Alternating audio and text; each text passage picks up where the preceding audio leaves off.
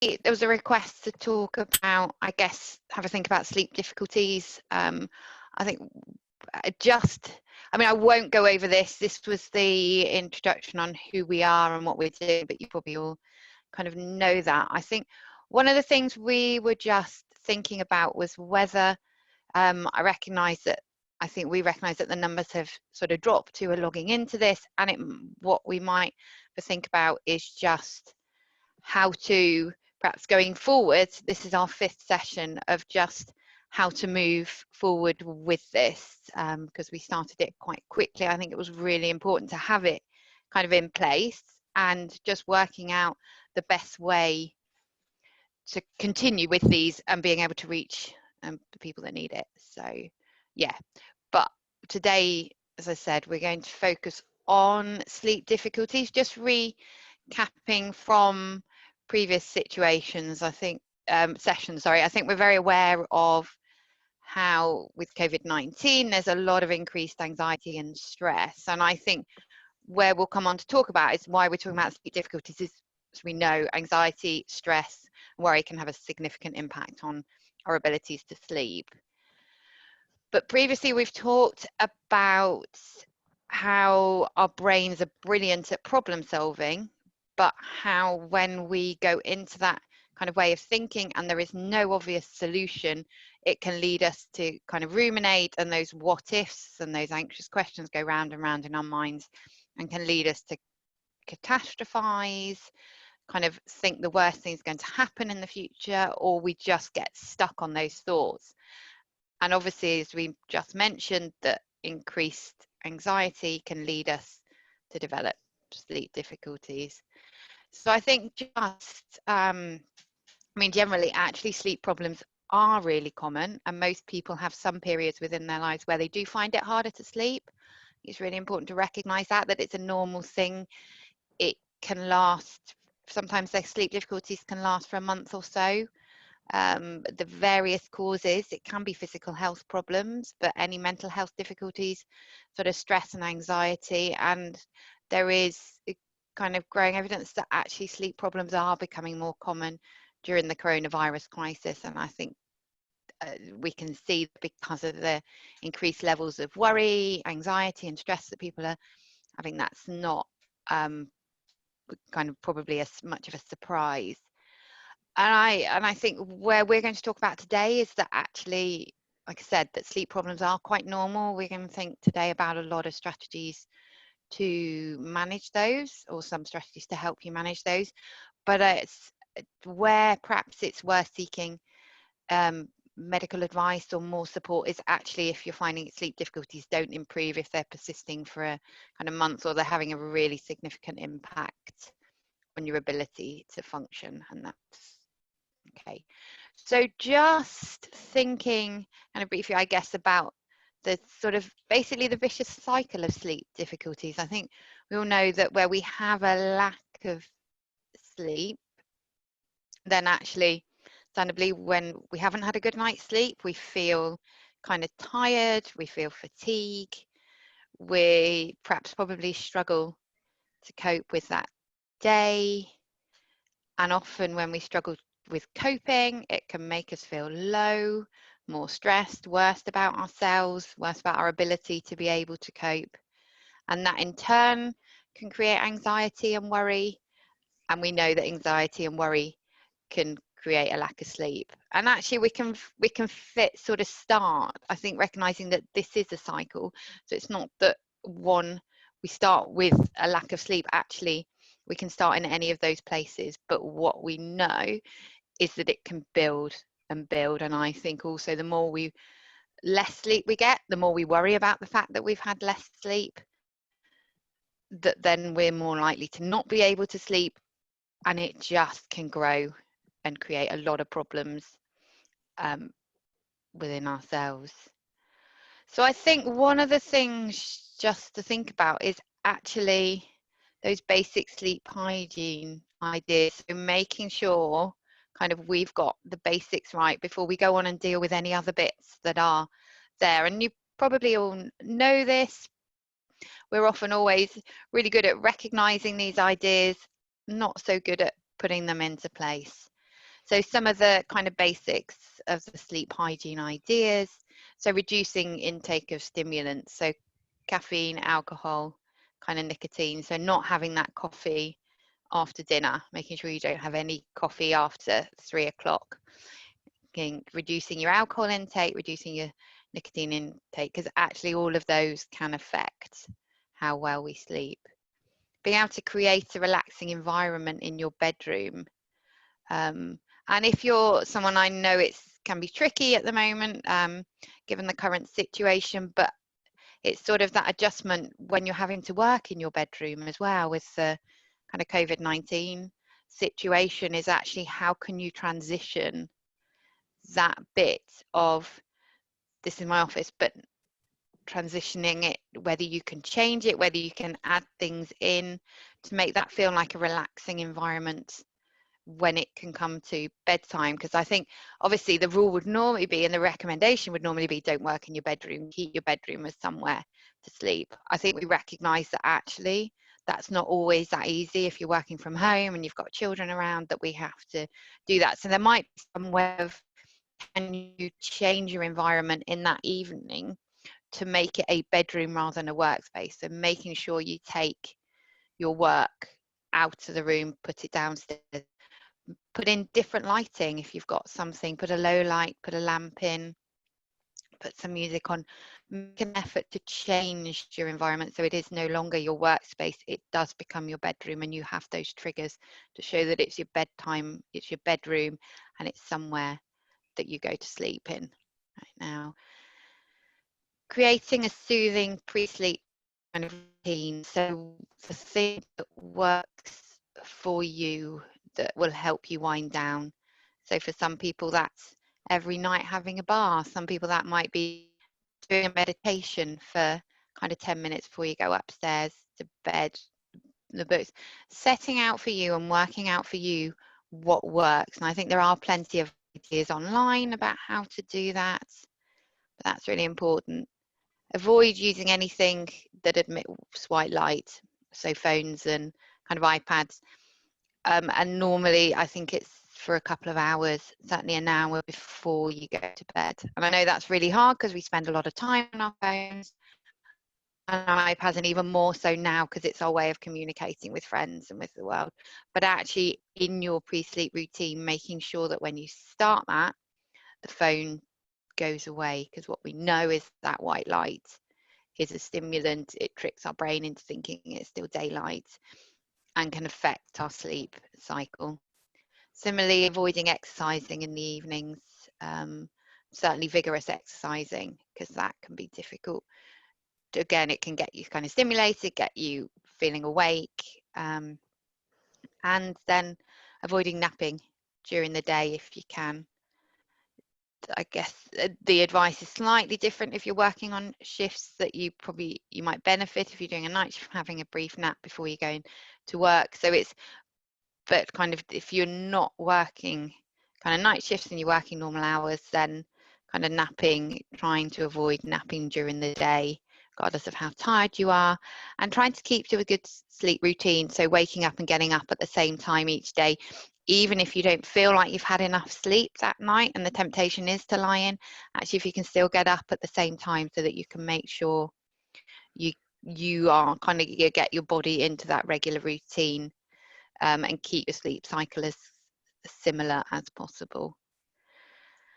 So those are the basics, but I guess it's about, once you've put that in place, one of this is not enough, because I think what we often find is that when we get into bed, when we lie down, that's the point at which our day has stopped, because we've probably been rushing around all day, we've been busy, we've been working, we've been doing things.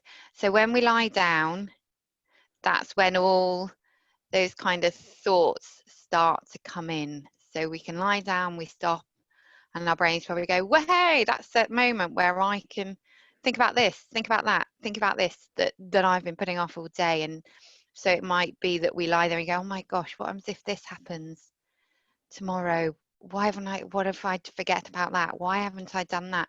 What did I do? why did I do that this morning? And we can ruminate on our day and we process it, but we can end up with all those what if thoughts coming in. The why didn't do that, the what if this happens, what about tomorrow, what is the future? And where we talked before about our brain going into problem solving moments, sometimes when we kind of lie down and we go to sleep, we start to do that processing again. And then that big one of the why can't I sleep, which our brain does, and it goes round and it tries to get us kind of thinking about that, maybe problem solving it. And obviously the problem comes, as we mentioned, is actually the more we kind of worry or stress about the fact that we're not getting to sleep, the more we can't get to sleep and it gets stuck. So what we were talking about is kind of that idea of where your mind goes. So when you're lying in bed, that actually your body's in bed, but is your mind spending the time going back to the past? Is it spending the time going into the future? Or are you able to be kind of present in that bed at that time, which enables you to sleep? So what I guess one of the things to think about is where we know that worry and worry thoughts can kind of get stuck in our minds, and bedtime is a really good time for those worries to pop up, to leave, that actually it's sort of how can we manage those, and maybe how can we change what we do during the day to prepare us for night so that we're not kind of overwhelmed by those worry thoughts. Because I think we know, and as we've talked about before, that our thoughts can show up quite a lot. They're our brain trying to problem solve. And often with emotions, just like with emotions, we can try and push them away. But if we try and push them away, they come back stronger. So it's a bit like that old beach ball that I've talked about before, that the more we try and push thoughts away, that just like the more we try and push our emotions away, the more we try and push that beach ball under the water, actually the harder they come back and hit us, the more likely they are to kind of come back and hit them. And so it's thinking about how instead we might be able to do things kind of differently. So where we talked about sort of the emotions and perhaps the letting them be and letting them just sit there and recognizing we have them and kind of that's okay, is that sort of what we know kind of with thoughts is that they can come back, they come up all the time. Our minds are never silent, our minds are never quiet, that we have thoughts going around them, and that the difficulties arise are not necessarily when the thoughts come in, but when we listen to them and when we let them lead us. So there's another metaphor that I sometimes find quite helpful thinking about this, is that kind of our thoughts can be a bit like kind of passengers on the bus. So if we imagine that we are kind of driving a bus and we are sitting with the bus, and that bus represents our journey through our day, taking us to the destination, taking us to where we kind of want to be, is leading us. But actually, as we sit on that bus, all these passengers get on, and those passengers are our thoughts. And some of them might be quite helpful thoughts, but actually you're doing kind of really well today, or you've had a good day kind of at work, or you've just really well with that lady. Quite often they're not so helpful. They can be quite loud. They can say unhelpful things. You shouldn't have done that. You did this wrong today, or you're not doing your job as well as you would normally. You're tired, you can't concentrate, you're never going to be able to cope with today, you didn't sleep that well. And actually, as our thoughts maybe more of those thoughts get on that bus and the louder they get, it's going to make it really hard for us to concentrate on where we're going.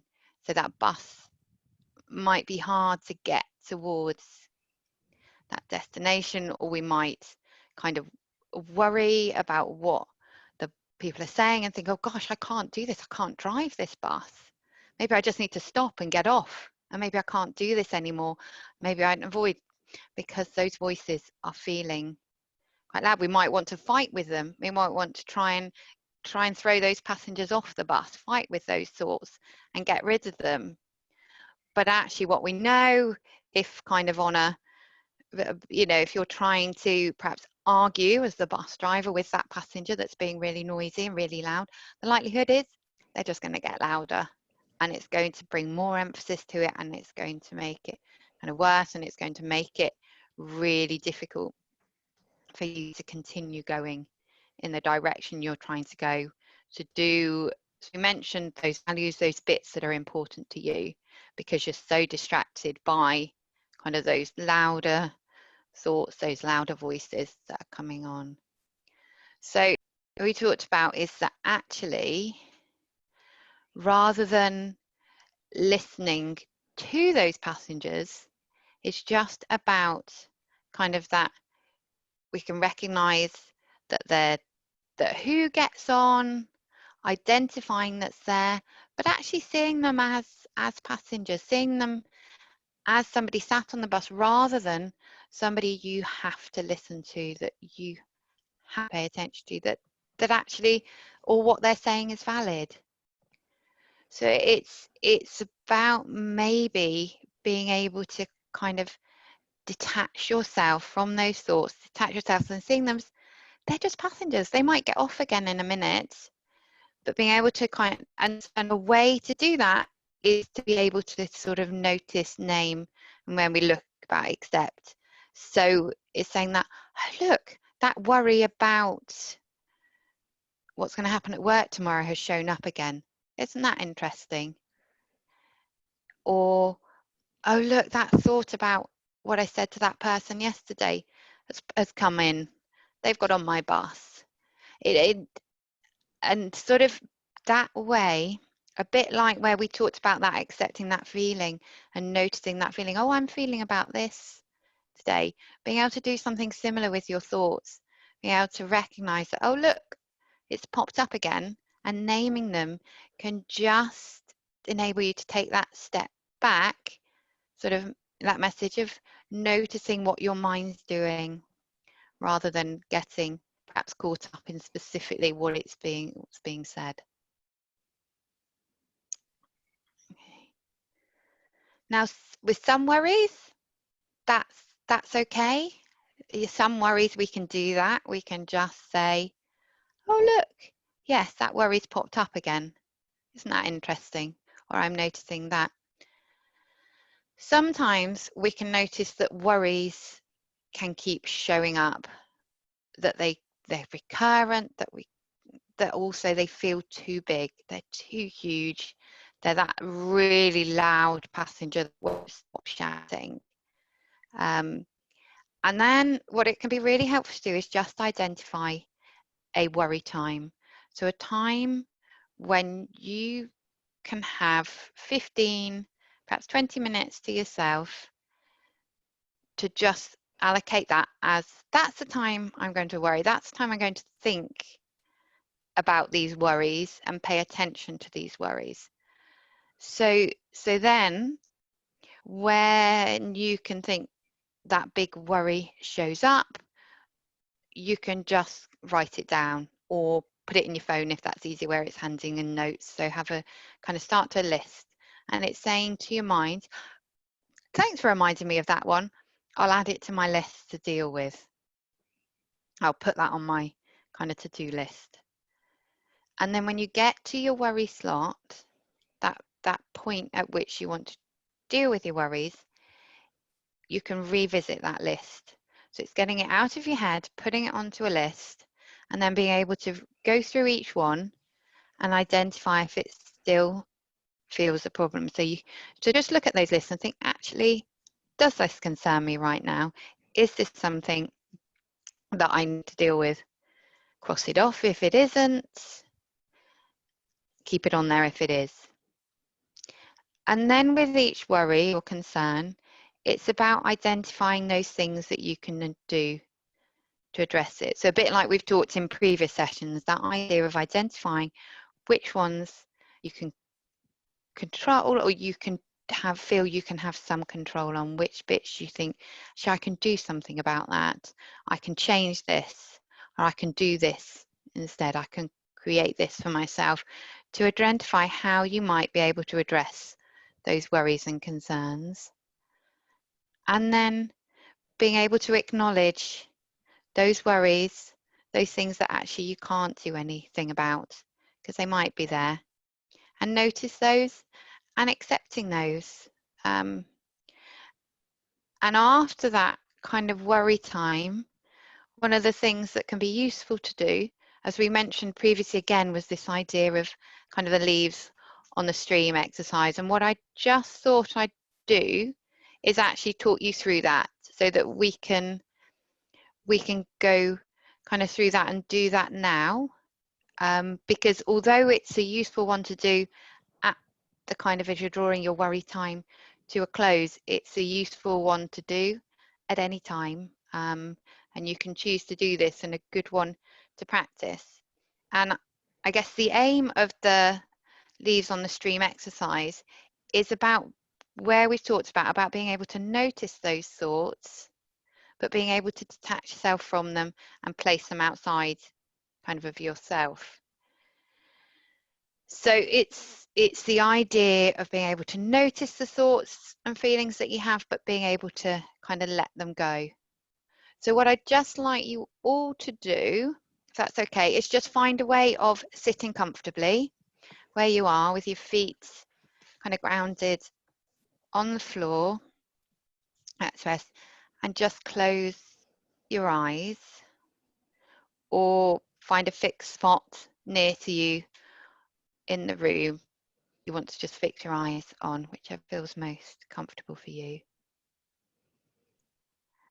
And then I just want you to visualize yourself sitting beside a gently flowing stream on a warm, sunny day, with leaves floating along the surface of that gently flowing stream.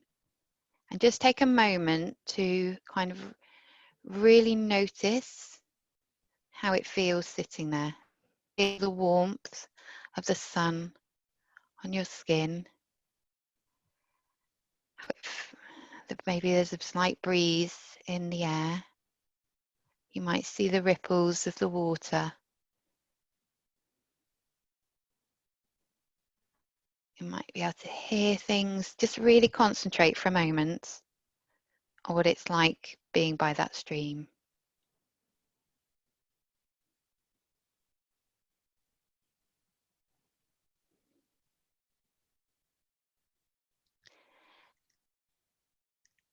And then, just for the next few moments, just take each thought that enters your mind and place it on a leaf, and let it float by. And do this with each thought. It may be a pleasurable one, maybe a painful one, maybe a neutral one. Even if you have kind of exciting or enthusiastic thoughts, just place them on the leaf and let them float by.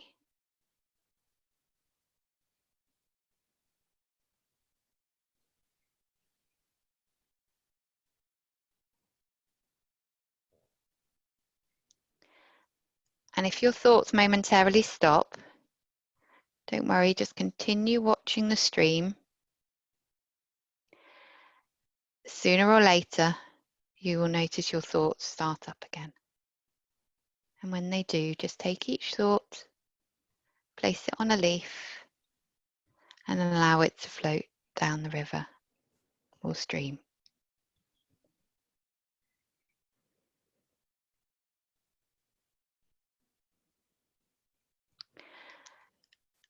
Allow the stream to go at its own pace. Don't try to speed the stream up and rush your thoughts along. You're not trying to rush the leaves or get rid of your thoughts. You are just allowing them to come and go at their own pace. So just place each thought gently on a leaf and let it flow away. Let the thought be carried by the leaf down the stream.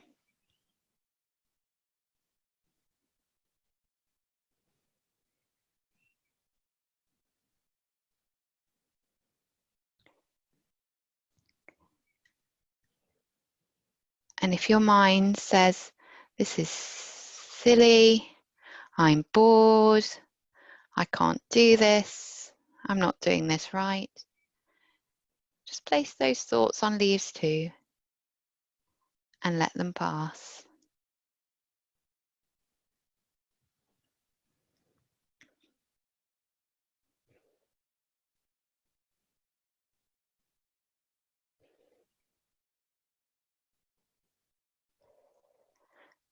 And if a leaf gets stuck, just allow it to hang around until it's ready to float by.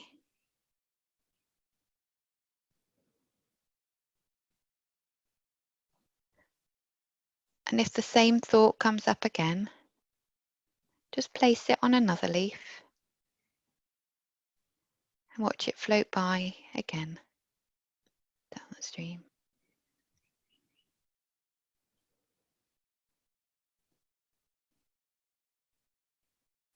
If a difficult or painful feeling arises, simply acknowledge it. Say to yourself, I notice myself having a feeling of frustration, anger, impatience, and just place those feelings and those thoughts on leaves and allow them to float along.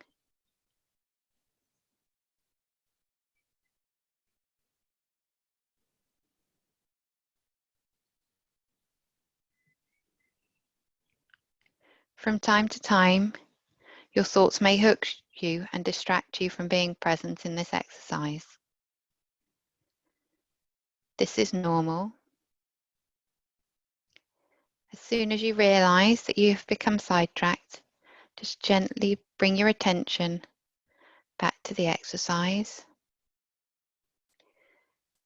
Bring yourself back to the stream and just place those thoughts back on a leaf and allow it to float by.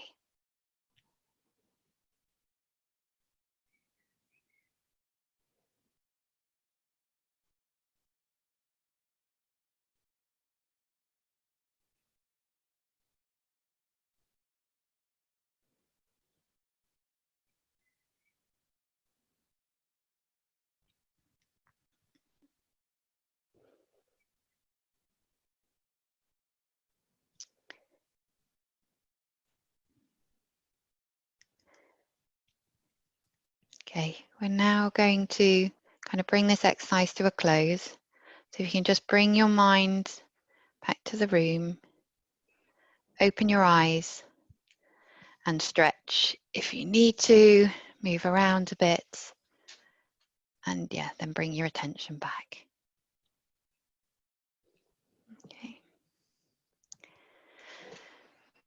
So as I kind of mentioned, this is when you've a really useful one to do when you've finished kind of going through your worries, identifying those ones that you can do something about, and just closing down kind of your worry time. But it's also something that you can do at any point during the day, but at any time that it feels right. So then thinking about, I guess, when bedtime arrives, so that kind of idea of doing the worry time is probably really important to make sure you leave it a little while before going to bed. So maybe a couple of hours at least, if possible. And then when bedtime arrives, it's about kind of following that bedtime routine. Make sure you've got your sleep hygiene techniques in place.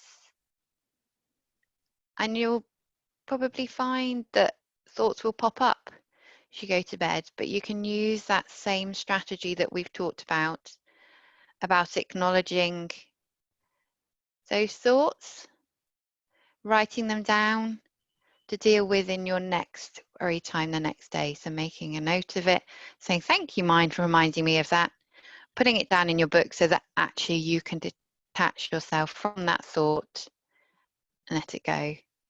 You can also use the leaves on the stream exercise when you get into bed, when you're lying in bed. It could be a way of kind of part of your bedtime routine to wind down, to let things go. I think another bit is if you're kind of lying down, because one of the things we know is that the more we think about trying to get to sleep, the less likely we are to be able to sleep. The more we worry about it, the more we tell ourselves we need to sleep, the more we think about what's going to happen the next day, the more difficult we find it. So one thing might be about, rather than getting into bed and thinking about going to sleep, laying into bed and doing some sort of being mindful. So noticing how it feels to be in bed, noticing what your body feels like to be lying down, what the sheets or the pillow feels like, and really going through that kind of being present, being the moment whilst you lay in bed, and keeping that focus on laying in bed and resting your body rather than the focus on I need to get to sleep. Because quite often the less we think about trying to actually go to sleep, paradoxically, the more likely we are to fall asleep. So actually that idea of I'm giving my body time to rest, I'm going to lay here, can be sometimes quite helpful, rather than I'm going to need to go to sleep. And then if you still can't get to sleep, or if you're waking in the middle of the night, or waking up too early and you want to go back to sleep, then there's a technique called cognitive shuffling. So it's something by someone called Dr. Mike Scanlon, who actually I've put a link to because he's done a really good webinar on managing sleep during COVID-19, which I know it's sort of, I think Jules has watched, and there is a link to be able to watch it because it is up on YouTube. But one of his ideas is about something called cognitive shuffling. And it's based on this idea that actually by kind of producing kind of random pictures that have no link in your mind, it can make your brain think, oh, the brain's not working quite well, it needs some rest, and can actually start to trigger that relaxation type bit. So what he talks about is taking the word breath. And if you lie in bed and close your eyes, and you can visualize, sorry, is this it? There we go. You can visualize things that start with the letter B. So it could be, and it's something neutral. So you can just bring to mind, think like a balloon, and then you might picture a brick. You may then picture a bike.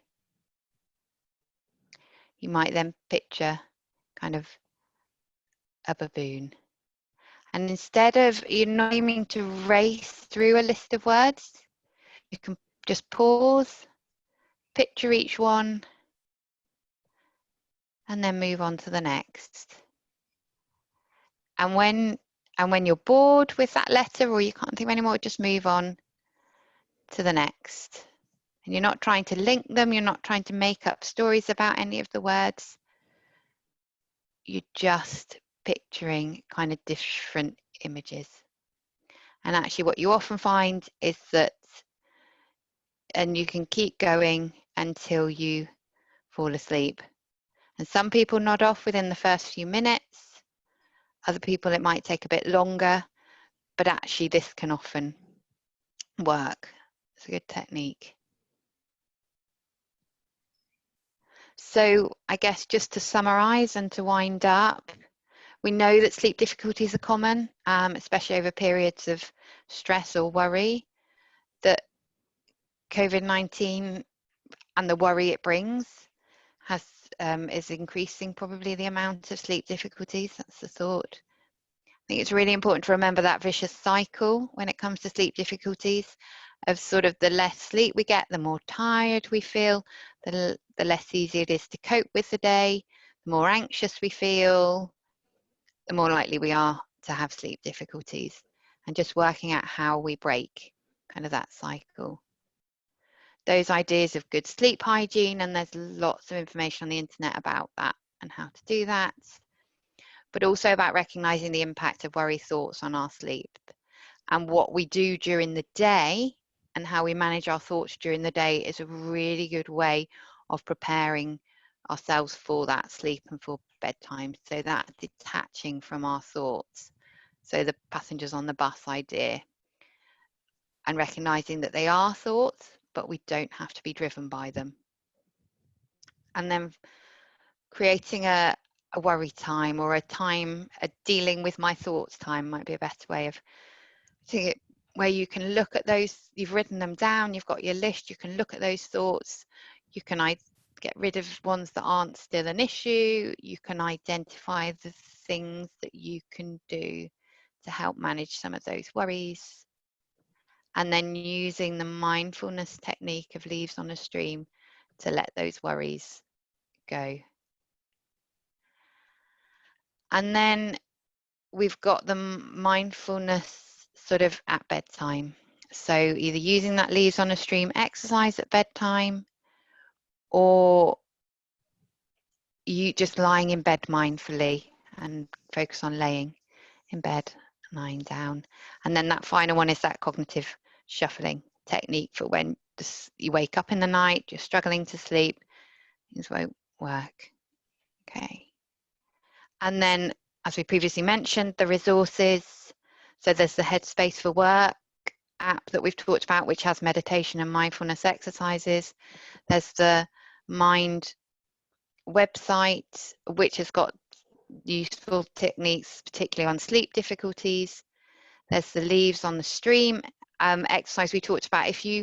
There's a YouTube, there are quite a few videos of this. So for people who want to use that, we can send around the script that I've used, but also if you go onto YouTube, you can reuse some of those. And then we've got the NHS.UK have got a how to manage sleep difficulties.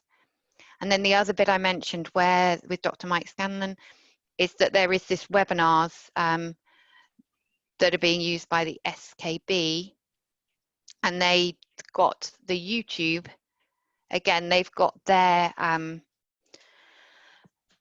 sleep webinar is available on there to watch as well. And I think Jules has got the link too.